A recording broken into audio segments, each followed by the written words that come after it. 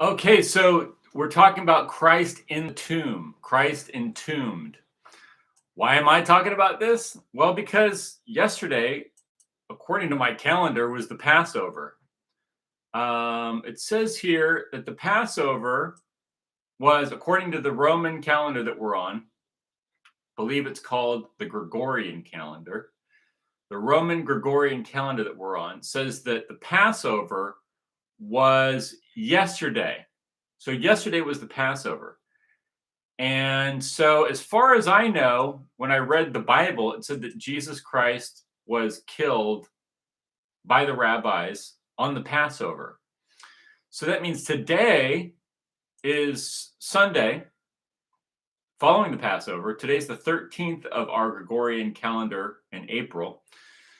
And so that means that Jesus Christ is in the tomb right now. He's in the tomb. According to the story, Jesus Christ was killed yesterday on the Passover, and then today he's in the tomb. So Jesus Christ is in the tomb, and apparently no one told the Roman Catholic Church or the Greek Orthodox Church or anybody else, because I don't know that anyone else is following this holiday.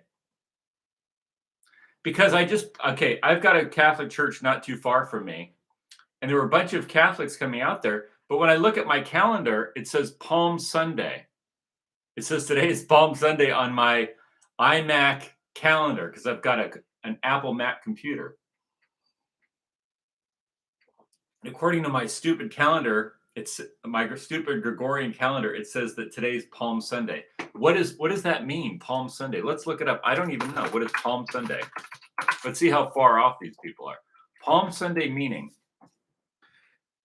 Palm Sunday marks the beginning of Holy Week, ends with the crucifixion and resurrection of Jesus Christ. Palm Sunday serves as a day of reflection on Jesus' triumphant entry into Jerusalem. Okay. And now it says under dictionary, this is a Google search, the Sunday before Easter, when the triumphal entry of Jesus into Jerusalem is celebrated in many Christian churches by the procession in which palm fronds are carried. Okay, but listen. Yesterday was the Passover. So how can today be Palm Sunday if yesterday was the Passover? Yesterday was the Passover. The Passover occurred yesterday. What is the Passover? This is important. So the word Passover is in Greek pasha. In Hebrew, it's Paseach, or something like that, right? Now you have to understand that they don't know what that word means because when I look up the word Passover, let's see what it says. Passover meaning, it says it comes from passing over. Let's look up Pasha. P-S-C-H-A. Pasha meaning. It says it just says that it comes from Hebrew.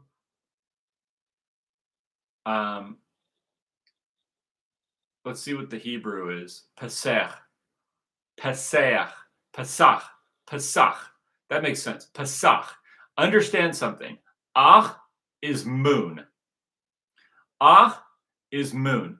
Now, Pasach may mean the Passover moon. That's probably what it means. I don't know because I don't know what Pas means. I do know what Ach means. Ach is moon in Hebrew. Ah is like A-H. Ah is moon in Egyptian. Ach, I mean that he made that ach sound.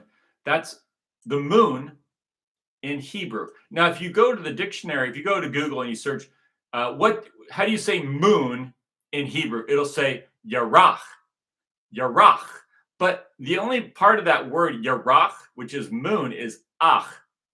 Just like in Egyptian, it's ah. And just like in Hebrew, it's ach. Now, the word yarach is light of the moon, which refers to the light phases of the moon or a month. So just ah itself is moon. And we know that from the Egyptian language. Ah, Moses is born of the moon. It's the name of a pharaoh. Amasis, Amasis, Amasis, born of the moon. Ah is moon in the Egyptian language, and Ach is moon in Hebrew. Yerach is what Jews or whoever invented the Hebrew language thinks that that's how you say the moon. They think it's Yerach, and maybe that is, but that really means the light of the moon and refers to the lunar phases.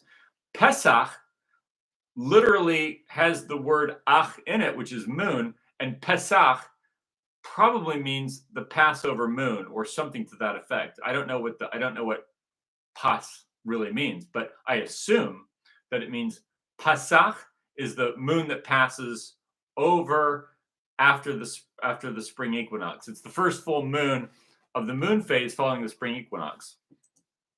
So, however you want to think about it, yesterday was the Passover, because yesterday was the full moon, was it not? Let's look it up. Moon giant, moon phase. Yesterday, let's look at today.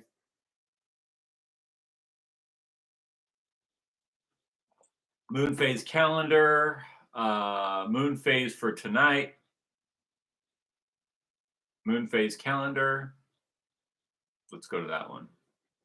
Hope this doesn't mess up my computer. For April 25th, it says that, okay, so it says that tonight is the full moon. Okay. But it says the Passover started, according to the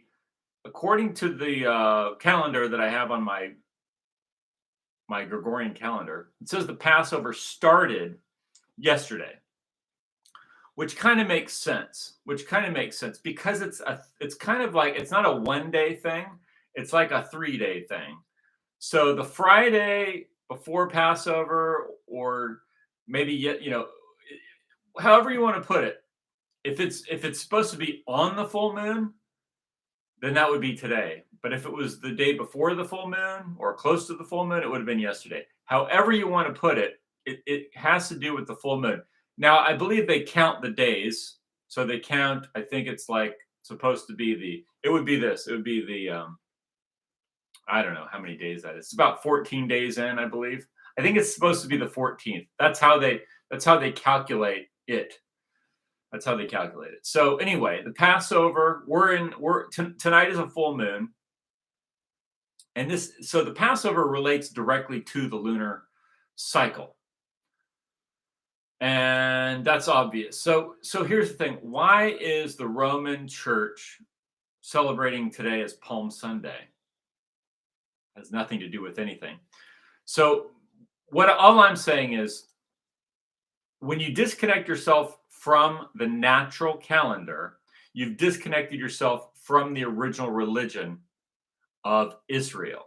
When you disconnect yourself from the sky, the stars in the sky, and the lunar phase and the solar lunar calendar that occurs every day in the sky, when you separate yourself from that, you separate yourself from the original religion of Israel, and you don't know how to calculate the times of your holidays.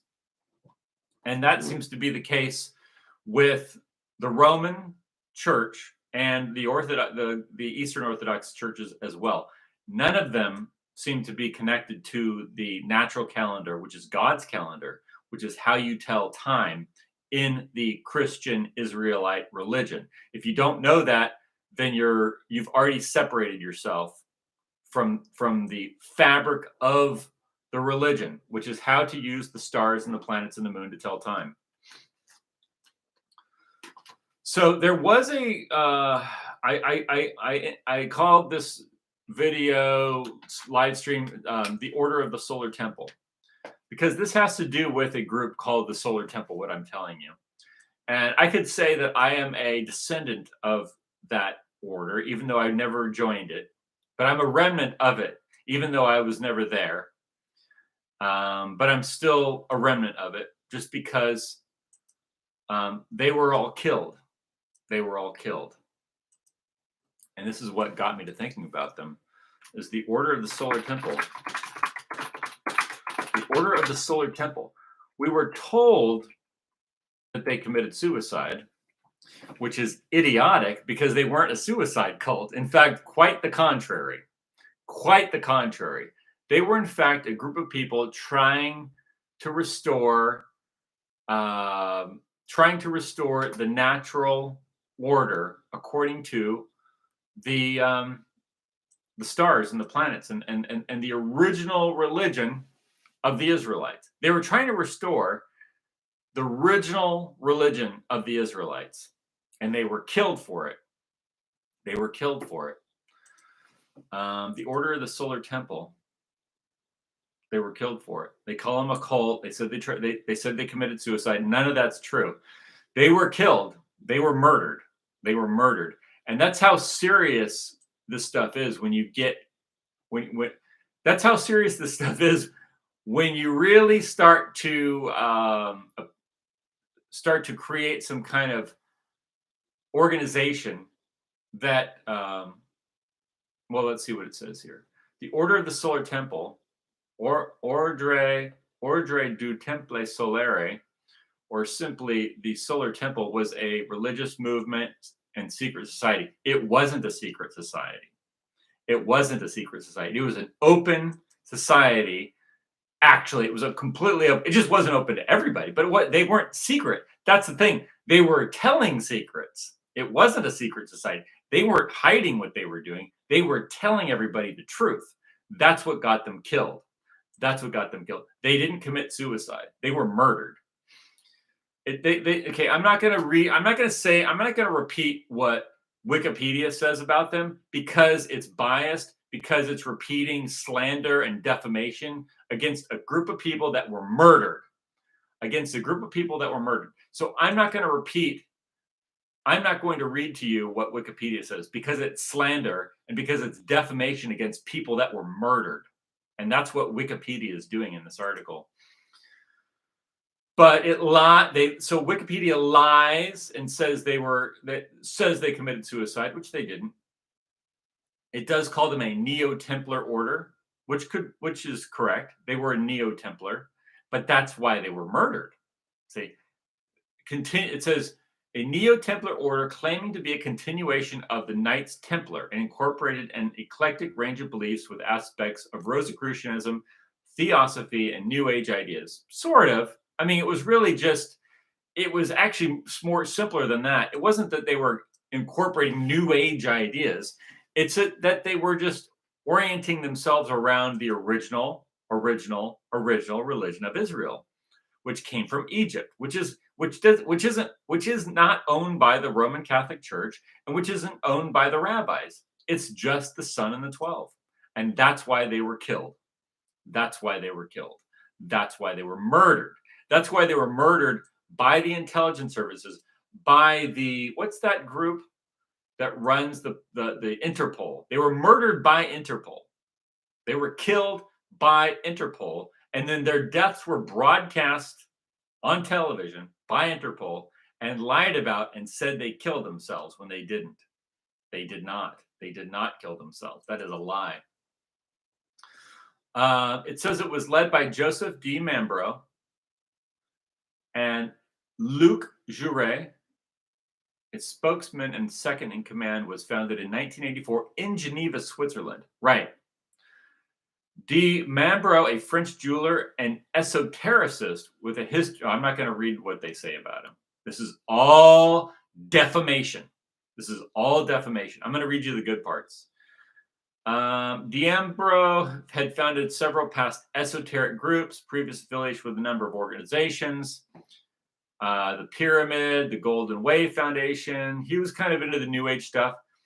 The Rosicrucian, he was like, it says here, the Order of the Temple Solaris was founded by Jouret and de Mambro out of a schism from the separate Neo-Templar group, the Renewed Order of the Solar Temple. Okay.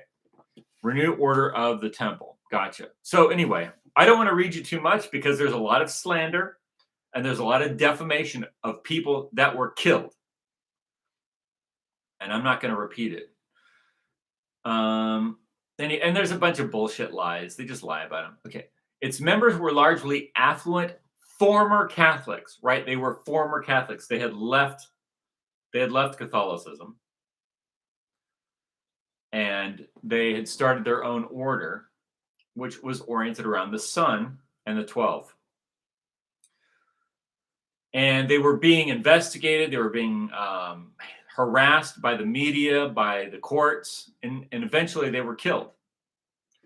So I don't want to say too much about this. This is I can't, I'm reading this article. There's just not a lot I can say. They murdered good people who tried to form an order based on the Sun and the 12. That knew something about the Knights Templar, and so they started their own thing. And they were murdered they were killed by Interpol, the Interpol, International Police Organization of Europe. They were killed by Interpol. They were murdered by Interpol. They were ritually murdered by Interpol, and then they were lied about on national and international media and told that they killed themselves and told everybody they were a suicide cult. And beware these evil cults, when really it was Interpol that killed them. They were murdered by Interpol. And so anyway, I just thought I'd bring that to your attention. But what we're talking about right now is we're talking about the fact that according to my Gregorian calendar, yesterday was the Passover. And that's true. According to the Bible, if you count the days, I think it's 14 days in to the month. Now, so that means Christ, if yesterday was the Passover, that means Christ is today lying in the tomb. And I believe Christ lies in the tomb for 3 days before he's resurrected. That's as far as I know, that's how the story goes. Now, the Catholics, the Roman Catholics, are celebrating this Sunday, which is today, after Christ has already been killed by the arrested and killed by the rabbis on the Passover. The Roman Catholics are celebrating Palm Sunday, which they should have done last week. They should have done that last Sunday. But they didn't, because they don't know how to calculate according to God's natural calendar, which is in the stars. So instead, they have a false calendar. Now, when they give you a false calendar, they've separated you from the natural order of creation, which comes from God. So they've separated you from God, and instead of following God's calendar, you're following a Roman calendar. And so now there's a degree of separation between you and God through the calendar system. Through the calendar system. The Romans have given you a false calendar, and they've given you a false leader. What is Matthew? What is it? Matthew 20. Matthew 20. What is it? Matthew 28. Matthew 28. Call no man your father. Call no man father.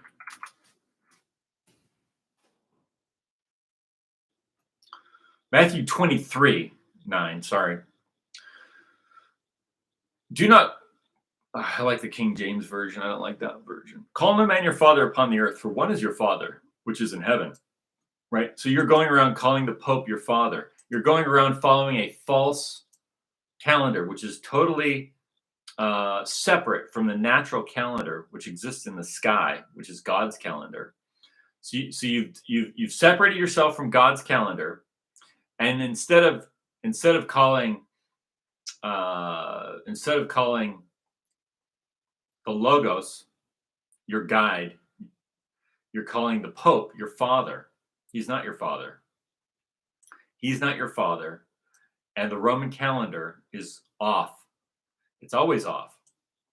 It's always off because the Roman Church is a cuckold, sodomite organization. It's a race-mixing, cuckold, sodomite organization. And that's all it is. And that's all it's ever been. And that's all it will ever be. And so you need to get away from it.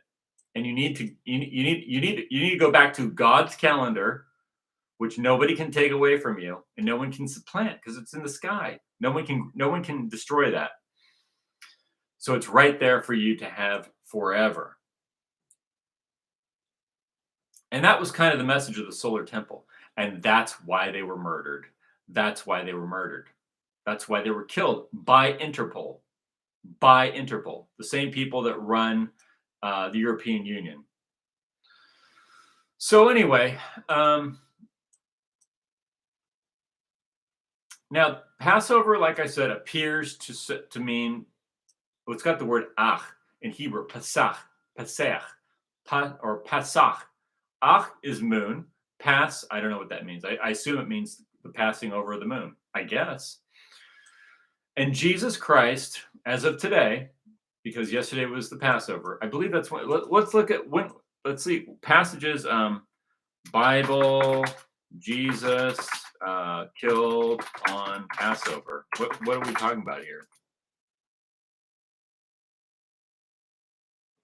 It says the Bible states that Jesus was crucified on the day of preparation, which was also the day before the Passover Sabbath. While the synoptic Gospels, Matthew, Mark, and Luke portray Jesus' death as occurring during Passover, John's Gospel places it on the day before Passover. Okay, well, that doesn't matter too much. But the point is that Jesus Christ is killed on the Passover. And the Passover was yesterday. Now, here's a little another bit of confusion as far as the times and dates goes. Is I've been telling you that Noah's Ark is the sun, and that the sun, and that Noah's Ark begins, the flood begins on the 17th day of the second month, which corresponds directly to the resurrection of Jesus Christ, which then ascends for 40 days. The ark ascends for 40 days, and Jesus Christ ascends to heaven after 40 days. And I've been telling you that these things correspond exactly. However, when you read the Bible, it says that the Passover occurs in the month of Nisan. And if you read Genesis 6-8, it says that the flood begins in the second month, which is Ajaru or Ayaru. Which one is correct? That's a good question. I believe this. I believe that the Passover month, which they're calling Nisanu, is actually Ayaru. Why do I believe that? I believe that because the Bible has been translated many times, and it says in Exodus that this month will be your first month, right? And so that's why the Passover occurs on the first month, which they're saying is this month, which is April, which is the first moon cycle, starting with a new moon and then a full moon and a completion of a moon cycle, right? Following the spring equinox, which occurred last month. So last month we had the spring equinox. See? But here's the thing. I'm going to draw. I got to draw a picture for you. It should look like this.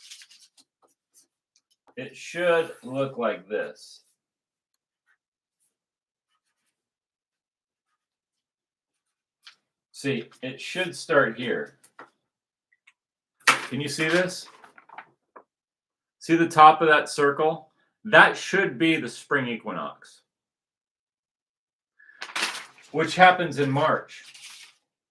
And that's not the 12th month of the year.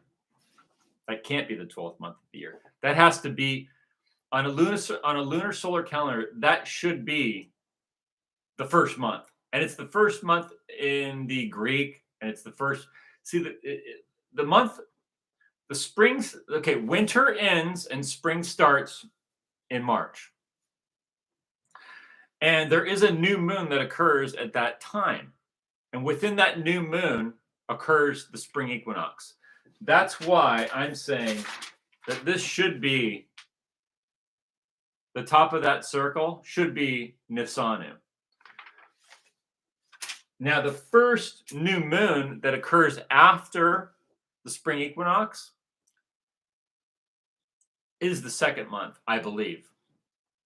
I believe that that's what they're calling the second month in the story of Noah's Ark. But they're calling it the first month in Exodus. And I think that that got a little mixed up. Because it's the first new moon following the equinox, the spring equinox. But the spring equinox falls within a lunar cycle. It falls within a lunar cycle. It's the transition period between winter and spring. The equinox is the transition period, and there's a lunar cycle that occurs within that transition period, and that is like the keystone. That is the keystone. That is where you want to put that is where you want to say it starts here. So that would be Nisanu. That should be Nisanu, but the rabbis and the others are saying that the first month would be the first new moon following that. I don't think that was originally the way it was. I think originally the next month was the month of Ayaru, I believe. Now, so I think that when you have a discrepancy between in the calendar, you have some conflict there in how people are calculating things. But so when it says in the story of Noah's Ark that the flood begins in the second month, I believe that they mean this month that we're in that corresponds to the Passover. And then when you do it that way, it all corresponds exactly to the calendar. Exactly. It corresponds exactly to the calendar. The whole story corresponds exactly to the calendar. So I think there is a discrepancy there. So anyway, why I'm telling you about the calendar? How can you build a civilization without a calendar? You can't. Civilization depends on a calendar because every day you wake up and you plan your day around the calendar. You plan your day, you plan your weekend, you plan your work schedule. It's all scheduled and planned around a calendar. Calendar is key. It's a key agreement. It's a key agreement of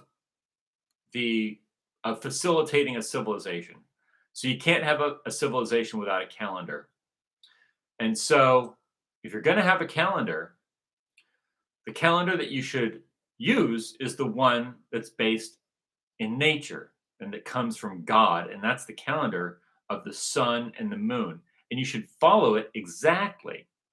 You should have, see, if you put civilization, if you put the civilization if you connect it directly to the solar lunar calendar, then it's going to have a connection to God. And there's going to be a universal agreement within that civilization onto what is, right? The thing that we all have in common is the calendar. The thing that we all have in common is the sun and the moon and the earth and the stars and the universe around us. That's what we all have in common. That's what we all have in common. Now, this term logos means common sense. That's one of the meanings of the logos. Common sense. Something everybody knows. It's common to all people. The logos is common to all people, right? So when you separate yourself from the natural calendar of the sun and the moon, now you're on a calendar that's arbitrary and it comes from some Roman Caesar. It has nothing to do with nature. Why would you want that? Why would you prefer the artificial man-made calendar to the one that you get directly from God? I don't know why you would do that. And it's hurting civilization. The reason the West is failing, the reason the West has failed completely, the reason it's in the situation that it's in right now, there's a lot of reasons for that. One of the reasons is it's disconnected from the natural order. It's disconnected from a common sense, right? The things that we all share in common, the things that we can all agree upon. What can we all agree upon? We can all agree upon the universe. We can all agree upon the universe. That's the thing that we all agree on. The sun and the moon is something we can all agree on. We can all see it. We can all agree on it. Okay. The motion of the sun and the moon is something we can all agree on. And that's something we can all predict. And that's something we can all orient our schedule and our business and our lives around. And so that's the key thing. You need a calendar that directly mirrors and duplicates exactly the sun, the solar and lunar phases. And especially now today with the technology that we have, we don't have to guess about what the sun is going to do and about what the moon's going to do. We can predict all of it for practically eternity, particularly with the technology that we have. So that is the calendar. And I'm here celebrating the crucifixion of Jesus Christ, or I don't know if you call celebrating or I'm here. I'm here. What do you call it? What do you call it when you pay heed to something? I don't know the word. I'm here watching. I'm here like looking at the calendar, looking at today. Christ is in the tomb, and the Catholics are celebrating Palm Sunday, and then they're going to celebrate the Passover crucifixion of Jesus Christ next Sunday. Well, you're a week late, bro. You're a week late. And all of Christendom right now is a week late. It's all happening now. It's all happening now. It's happening now because it's happening in the sky. It's happening in the sky. It's happening with the sun and it's happening with the moon. Because you're disconnected from the sun and the moon, you're on some Roman calendar. And it's a substitute. It's a substitute. What does antichrist or antichrist mean? It means a substitute for Christ. The Pope is an antichrist. The calendar is antichrist because it's a substitute for God's calendar. And the Pope is a substitute for the light of Christ, which is the Word of God, which is the Logos, which comes from Athens. Comes from Athens. So anyway, right now we've got we have the Passover, and today is going to be a full moon, and Christ is in the tomb for 3 days. So if we assume that Passover happened on the yesterday, Christ was killed yesterday, and then how long is he entombed for? How long is Jesus in the tomb? And we could determine, like, is the Passover really on the 14th or is it on the day before the is it really on the 14th or is it the day before the full moon? That's a good question.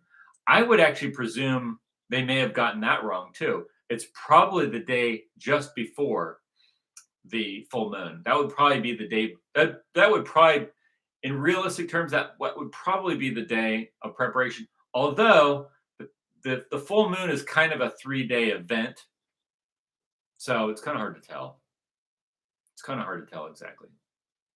But it says here, according to the Gospels, Jesus was in the tomb for approximately 36 to 40 hours from Friday afternoon to Sunday morning. Now, calling it Friday to Sunday doesn't really make sense because the Passover is whatever is happening in the sky, not on a Roman calendar. So it's whatever day it is. It's really whatever day it lands on. I don't know. I haven't gone back and looked through the history of the calendar to see what day the Passover lands on every year. But whatever day it is, it's whatever time or is oriented around the full moon of the new moon that follows the equinox. You got to have a spring equinox, then you got to have a new moon, then you have to have the full moon. That would be the Passover. And I believe that's the second month. I know it says in the Bible it's the first month. And I think there's some confusion there because the first month should be the month of the transition between winter and spring that occurs in the lunar cycle of the spring equinox. The lunar cycle that occurs within the spring equinox should be the first month, Nisanu. The next month should be Ayaru. Because there's a Yaru and there's a Daru. See on this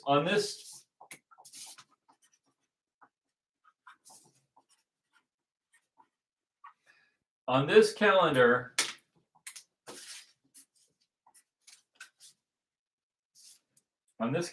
right here that I just made, can you see that?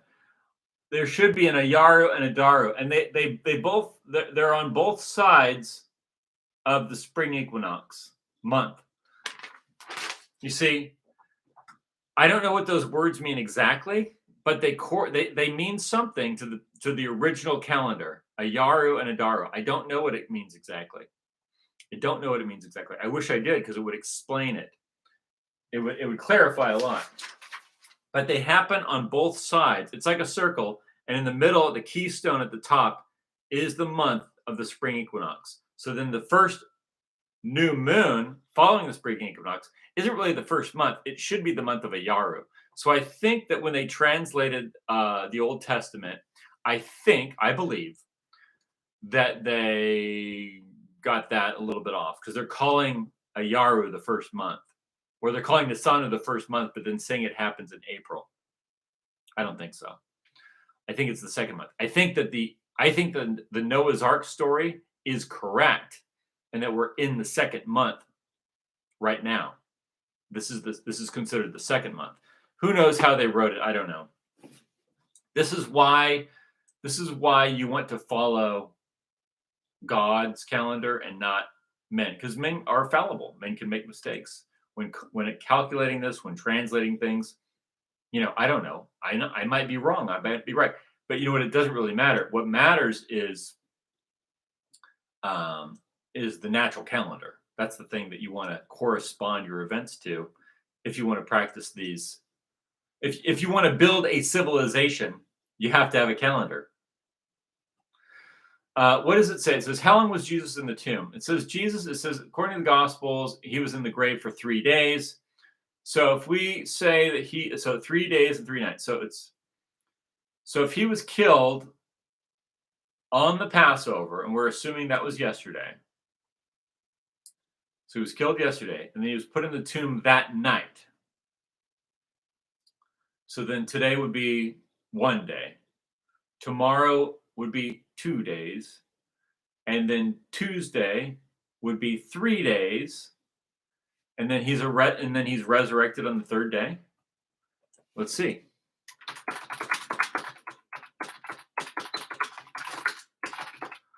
Jesus is resurrected on the third day. Okay. The Bible states that Jesus was resurrected on the third day after his crucifixion. Okay. So if he's crucified on the Passover, and then he's put in the tomb, then Sunday would be 1 day. Then on this calendar, on my Gregorian calendar of 2025, Sunday would be the next day. That'd be 1 day. And then Monday would be 2 days in a row. And then Tuesday of my Gregorian calendar, the 15th of April of 2025, would be the third day. And then he would, is that correct? It says the Bible resurrected on the third day after his crucifixion. The Gospels nowhere says that Jesus rose on the fourth day or on any day. It's always on the third day. How many days was he in there? It says 30. Okay, so I guess we're talking what was the other one? The other one said 36 to 40 hours. Okay, so then on Tuesday of this Gregorian calendar that I have, Jesus should be resurrected. I think that's how it plays out.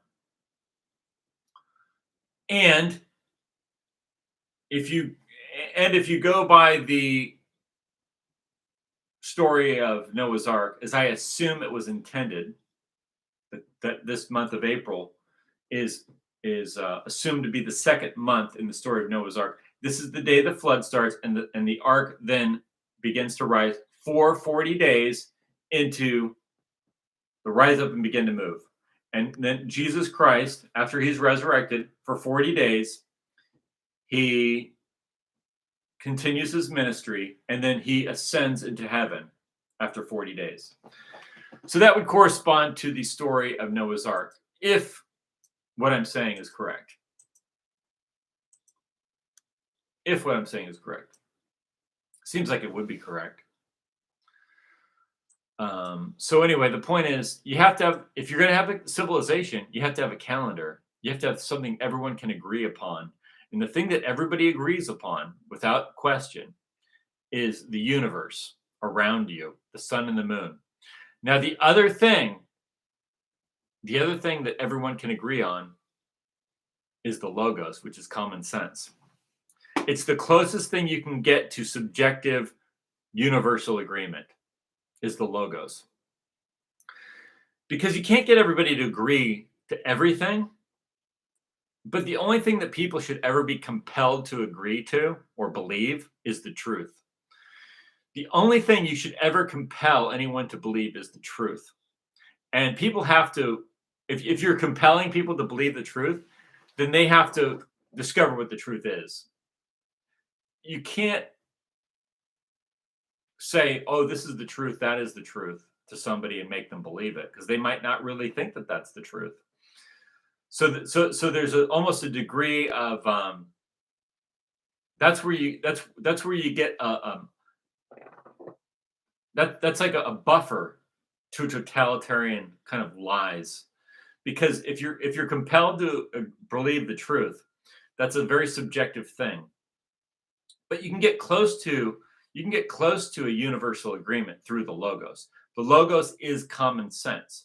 The logos manifests as the universe.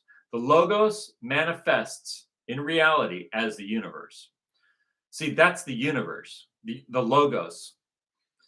The Greeks had a theory of the universe, which was the logos was the underlying ideas, natural laws, which create the universe. And so the universe is a byproduct or direct product, manifestation of natural law, which is the logos. The logos is common sense. The logos is the common agreement that everybody understands. But it's also reason rooted in truth. Because when you have a delusion, when you have something like a delusion or an insanity, it's not commonly agreed to. So it's not the logos, because it's not true. The logos would be the ultimate truth. And it's something that people strive for if they seek the logos. They're seeking the ultimate truth. But it's something you can only understand individually. So there's a buffer there to some kind of totalitarian system of lies that is what the enemies of the logos are always pushing, whether it's communism or whatever, or Catholicism, Roman Catholicism, all of the confidence games of Roman Catholicism. Believe in the shroud. Believe in the shroud. Believe in the shroud. Oh, we found a shroud. Well, that's not the logos. Why do I need to believe in a shroud? I believe in the logos. The logos is reason. I have the logos. See, one of the things about the Catholic Church is they try to get you to believe in something they were going to give you that comes from outside of you, that the Pope has and that the Church has, and they can give it to you.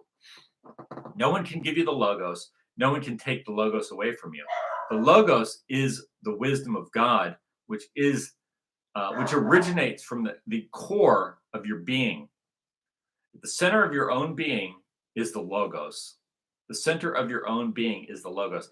And that is the gateway to Theos, the infinite. That is your gateway to the infinite, is logos, and it resides within your own being. And no one can give it to you, and no one can take it away from you. And this is what the Greeks figured out in 500 BC in Athens. And this is what was subverted by the Romans when they hijacked Christianity and sold their delusions, sold their confidence game, their commercial confidence game, which subverted true Christianity, which is the logos the Logos, which is reason and truth. And with that, I will end off.